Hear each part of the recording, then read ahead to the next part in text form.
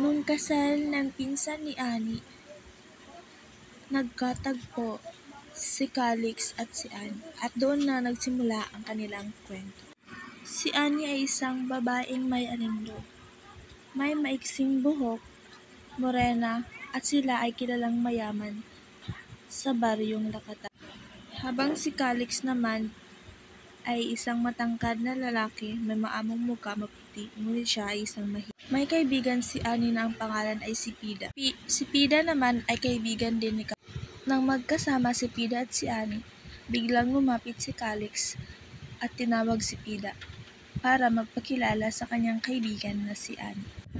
Nang masilayan ni Annie ang gwapong mukha ni Calix, nabighani din ito kaya't nag-usap sila.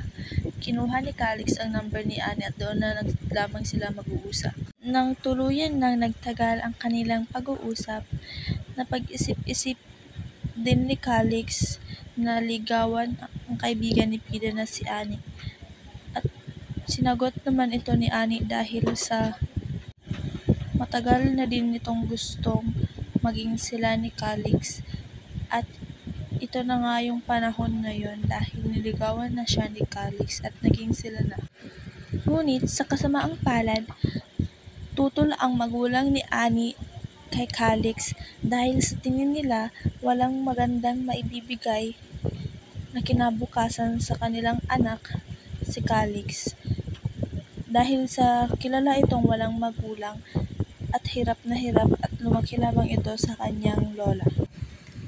Nung isang araw, nakita ni Annie si Pida at ang kanyang nobyo na si Calix na nag-uusap.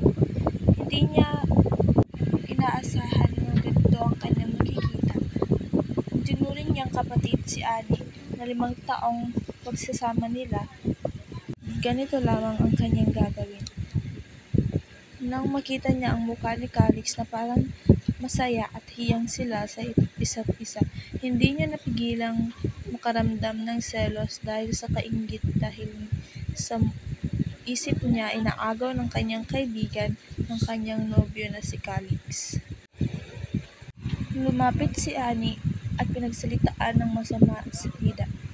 Hindi mawari sa mukha ni Pida kung bakit ginawa iyon ang kanyang kaibigan na hindi niya alam kung ano ang kanyang masamang ginawa.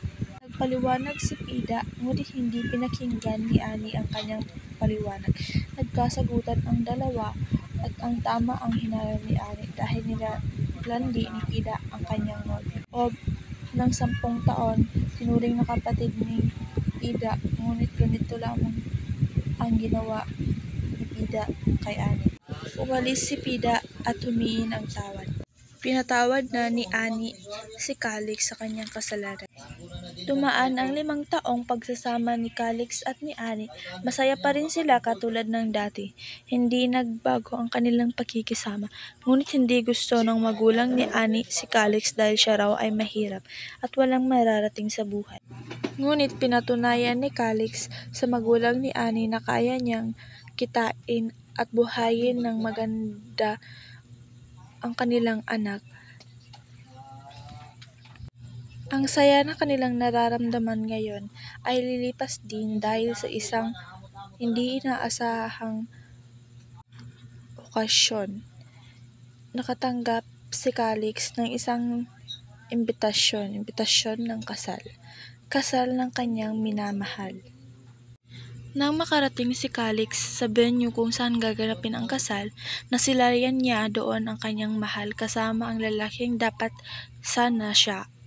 At hindi niya alam ang kanyang nadadarama, tila ba salamin na nawasak dulot ng sakit. Kung mayaman lang sana siya dapat yon at sila ang kinakasal.